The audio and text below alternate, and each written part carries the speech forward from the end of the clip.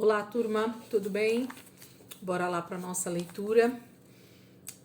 Sexta-feira, feriado, 15 de novembro de 2024. A gente tem aí um dia todo, né, para aproveitar o dia realmente, né, curtirmos aí o dia de descanso, de feriado. E vamos aproveitar tudo que a gente pode, né, nesse dia, inclusive com a nossa leitura. Hoje a gente começa o livro de Atos dos Apóstolos, então é um marco muito bom aqui para nós nesse feriado, a gente começar um livro tão maravilhoso, poderoso, né, que ensina a gente como nós devemos ser como igreja, como Cristo instituiu esse corpo dele, né, para ser luz para as nações, para fazer esse ide acontecer. E os apóstolos vão nos mostrar um pouquinho de como foi esses primeiros anos ali com esse ministério ativo, né, desses apóstolos. Então hoje a gente vai ler capítulo 1, 2 e 3, capítulos importantíssimos aqui do livro de Atos, porque vão realmente dar esse start com a ascensão de Jesus e com o início dos apóstolos recebendo esse envio, né? Vamos lá, gente? Então, Atos dos Apóstolos, capítulo 1, diz assim: Em meu livro anterior, Teófilo, escrevi a respeito de tudo o que Jesus começou a fazer e a ensinar, até o dia em que foi elevado aos céus, depois de ter dado instruções por meio do Espírito Santo aos apóstolos que havia escolhido. Depois do seu sofrimento, Jesus apresentou-se a eles e deu-lhes muitas provas indiscutíveis de que estava vivo. Apareceu-lhes por um período de 40 dias, falando-lhes acerca do reino de Deus. Certa ocasião, enquanto comia com eles, deu-lhes esta ordem: Não saiam de Jerusalém, mas esperem pela promessa de meu Pai, da qual falei a vocês. Pois João batizou com água, mas dentro de poucos dias vocês serão batizados com o Espírito Santo. Então os que estavam reunidos lhe perguntaram: Senhor, é neste tempo que vais restaurar o reino a Israel? E ele lhes respondeu: Não compete a vocês saber os tempos ou as datas que o Pai estabeleceu pela sua própria autoridade. Mas receberão poder quando o Espírito Santo descer sobre vocês, e serão minhas testemunhas em Jerusalém, em toda a Judéia e Samaria e até os confins da terra. Tendo dito isto, foi elevado às alturas, enquanto eles olhavam, e uma nuvem o encobriu da vista deles. E eles ficaram com os olhos fixos no céu, enquanto ele subia. De repente, surgiram diante deles dois homens vestidos de branco, que lhe disseram: Galileus, por que vocês estão olhando para o céu? Este mesmo Jesus, que dentre vocês foi elevado aos céus, voltará da mesma forma como viram subir. Então eles voltaram para Jerusalém, vindo do monte chamado das Oliveiras, que fica perto da cidade, cerca de 1 quilômetro. Quando chegaram, subiram ao aposento onde estavam hospedados. Achavam-se presentes Pedro, João, Tiago e André, Filipe, Tomé, Bartolomeu e Mateus, Tiago, filho de Alfeu, Simão, o Zelote e Judas, filho de Tiago. Todos eles se reuniam sempre em oração com as mulheres, inclusive Maria, a mãe de Jesus, e com os irmãos dele.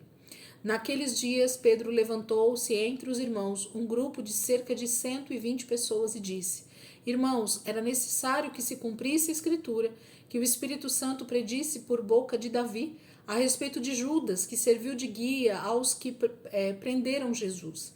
Ele foi contado como um dos nossos e teve participação neste ministério. Com a recompensa que recebeu pelo seu pecado, Judas comprou um campo. Ali caiu de cabeça, seu corpo partiu-se ao meio e as suas vísceras se derramaram. Todos em Jerusalém ficaram sabendo disso, de modo que na língua deles esse campo passou a chamar-se Aceldama, isto é, campo de sangue.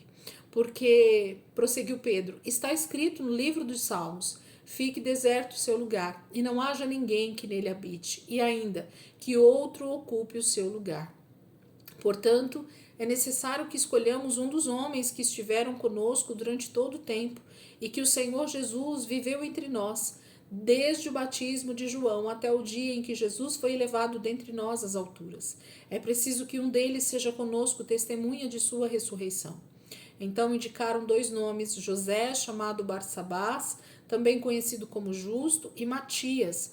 Depois oraram: Senhor, Tu conheces o coração de todos. Mostra-nos qual destes dois tens escolhido para assumir este ministério apostólico que Judas abandonou, indo para o lugar que lhe era devido.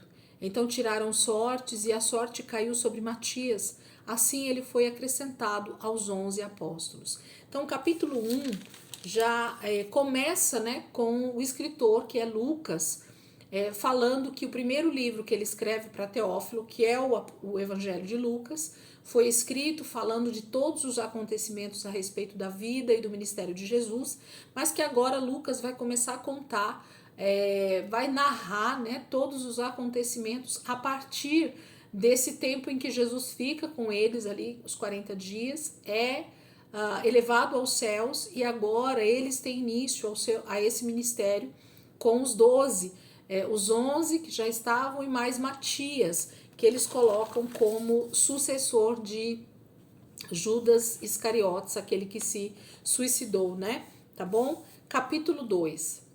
Chegando o dia de Pentecostes, estavam todos reunidos num só lugar. De repente veio do céu um som, como de um vento muito forte, e encheu toda a casa na qual eles estavam. E encheu toda a casa na qual eles estavam assentados. E viram o que parecia línguas de fogo, que se separaram e pousaram sobre cada um deles. Todos ficaram cheios do Espírito Santo e começaram a falar noutras línguas, conforme o Espírito os capacitava. Havia em Jerusalém judeus devotos a Deus, vindos de todas as nações do mundo. Ouvindo-se o som, ajuntou-se uma multidão que ficou perplexa, pois cada um os ouvia falar em sua própria língua. Atônitos e maravilhados, eles perguntavam: acaso não são galileus todos estes homens que estão falando? Então, como os ouvimos cada um de nós em nossa própria língua materna?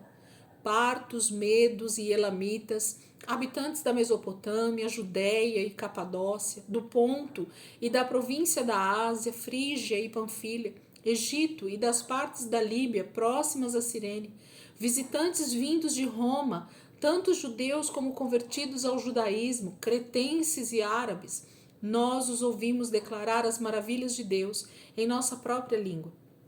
Atônitos e perplexos, todos perguntavam uns aos outros: que significa isto? Alguns outros, todavia, zombavam e diziam: eles beberam vinho demais. Então Pedro levantou-se com os 11 e em alta voz dirigiu-se à multidão: homens da Judéia e todos os que vivem em Jerusalém, deixe-me explicar isto. Ouçam com atenção. Estes homens não estão bêbados, como vocês supõem. Ainda são 9 horas da manhã. Ao contrário, isto é o que foi predito pelo profeta Joel. Nos últimos dias, diz Deus, derramarei do meu espírito sobre todos os povos. Os seus filhos e as suas filhas profetizarão. Os jovens terão visões, os velhos terão sonhos. Sobre os meus servos e as minhas servas derramarei do meu espírito naqueles dias, e eles profetizarão. Mostrarei maravilhas em cima no céu e sinais embaixo na terra, sangue, fogo e nuvens de fumaça. O sol se tornará em trevas e a lua em sangue, antes que venha o grande e glorioso dia do Senhor. E todo aquele que invocar o nome do Senhor será salvo.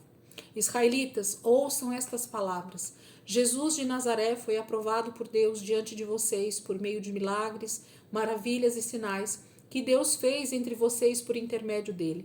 Como vocês mesmos sabem, este homem foi entregue por propósito determinado e pré-conhecimento de Deus, e vocês, com a ajuda de homens perversos, o mataram, pregando-o na cruz. Mas Deus o ressuscitou dos mortos, rompendo os laços da morte, porque era impossível que a morte o retivesse. A respeito dele, disse Davi: eu sempre via o Senhor diante de mim, porque ele está à minha direita, não serei abalado. Por isso o meu coração está alegre e a minha língua exulta, o meu corpo também repousará em esperança, porque tu não me abandonarás no sepulcro, nem permitirá que o teu santo sofra decomposição. Tu me fizeste conhecer os caminhos da vida e me encherás de alegria na tua presença. Irmãos, posso dizer com franqueza que o patriarca Davi morreu e foi sepultado, e o seu túmulo está entre nós até o dia de hoje. Mas ele era profeta e sabia que Deus lhe prometera sob juramento que poria um dos seus descendentes no trono. Prevendo isso, falou da ressurreição do Cristo, que não foi abandonado no sepulcro e cujo corpo não sofreu decomposição. Deus ressuscitou este Jesus, e todos nós somos testemunhas desse fato. Exaltado à direita de Deus, ele recebeu do Pai o Espírito Santo prometido e derramou o que vocês agora veem e ouvem. Pois Davi não subiu aos céus, mas ele mesmo o declarou. O Senhor disse ao meu Senhor: senta-te à minha direita, até que eu ponha os teus inimigos como estrado para os meus pés. Portanto, que todo Israel fique certo disso. Este Jesus, a quem vocês crucificaram, Deus o fez Senhor e Cristo.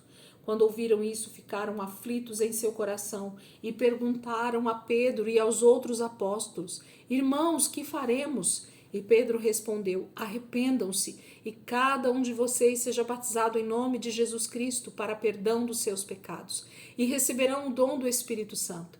Pois a promessa é para vocês, para os seus filhos e para todos os que estão longe, para todos quanto o Senhor, o nosso Deus, chamar.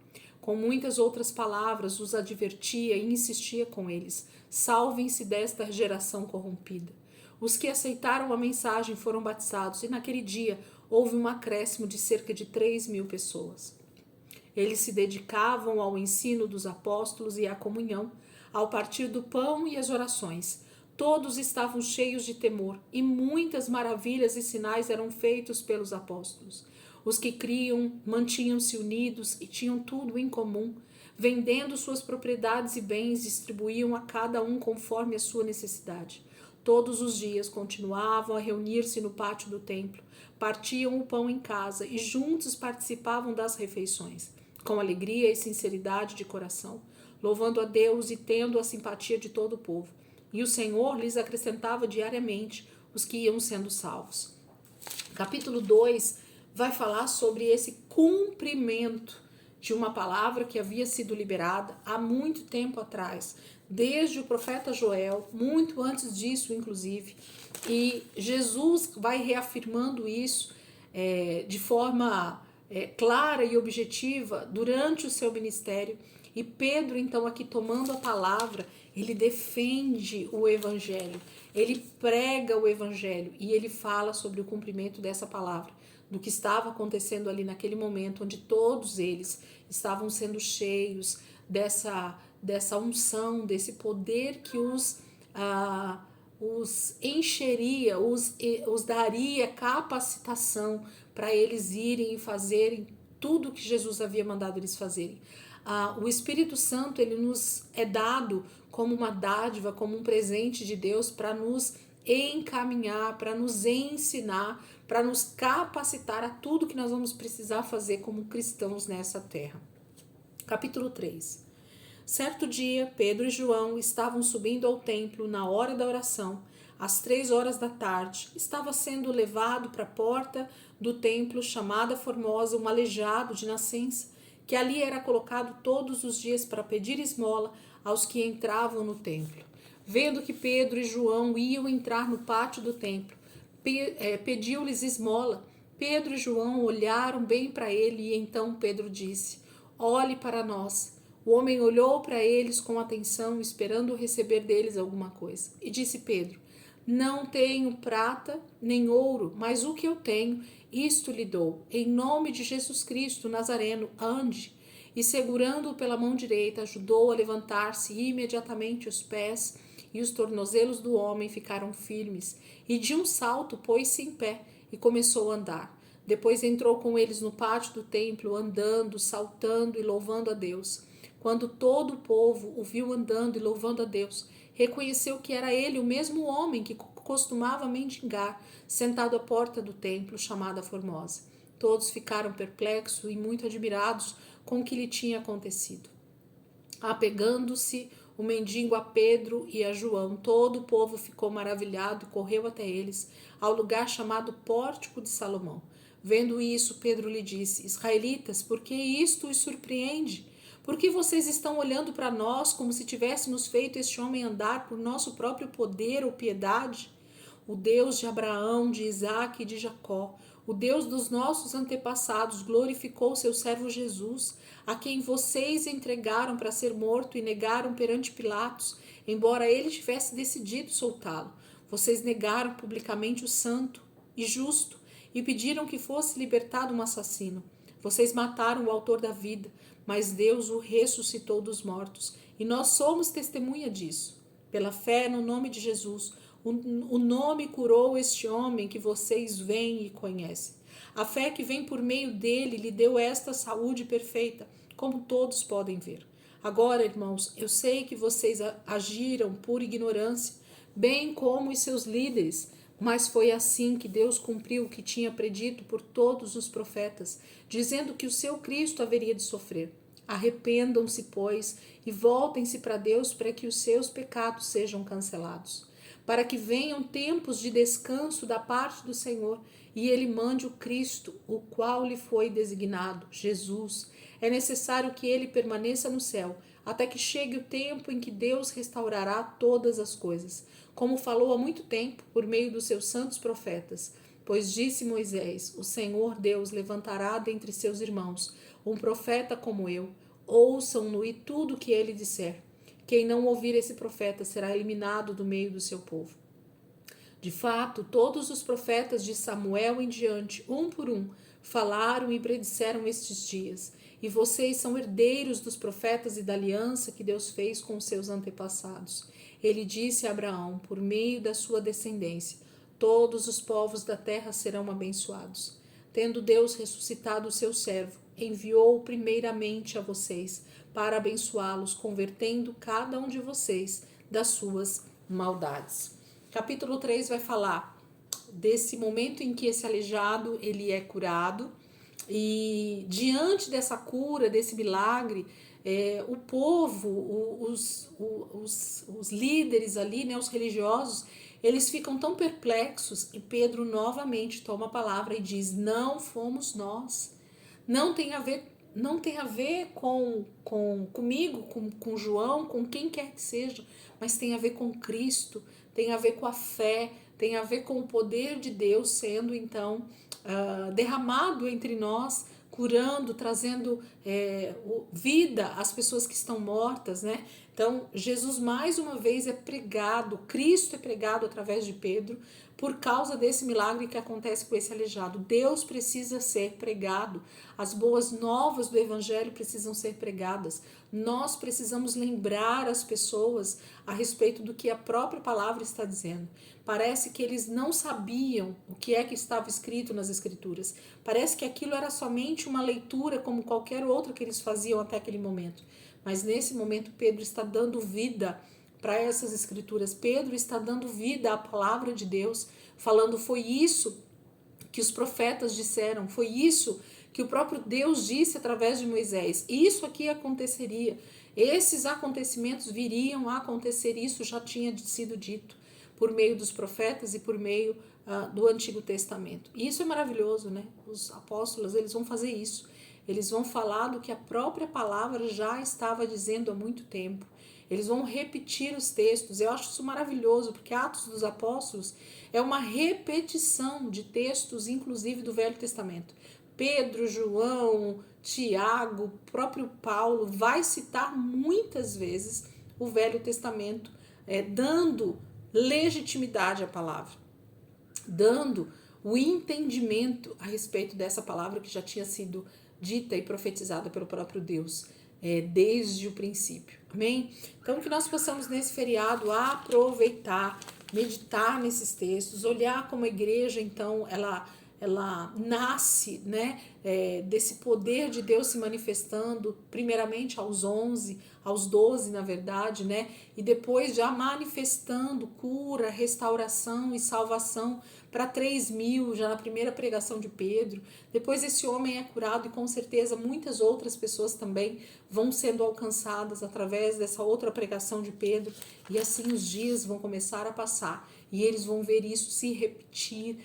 Na sequência, né, Deus vai começar a fazer grandes coisas através desses 12 homens, e daqui a pouco a gente vai ver outros, né, chegando e já sendo chamados também para o ministério, Paulo e tantos outros homens que o Senhor vai chamando aqui dentro do livro de Atos para dar continuidade, e nós somos essa continuidade desse ministério que começou aqui em Atos dos Apóstolos, tá bom? Deus abençoe, ótimo dia aí para vocês, ótimo feriado. Amanhã, sábado, a gente vai continuar, nós vamos aí durante toda essa semana, né, que vai entrar também, ler o livro de Atos, e aí a gente vai entrar em Tiago, Gálatas e as cartas, né? E Deus vai fazer grandes coisas, porque a gente está aí já entrando na reta final da nossa leitura de 2024. Eu fico muito feliz porque o Senhor tem nos dado graça, saúde, né, para nós chegarmos até aqui. E eu creio que Ele vai nos levar até o último dia desse ano, debaixo dessa graça e desse conhecimento da palavra. Amém? Deus abençoe e até amanhã, se Deus quiser.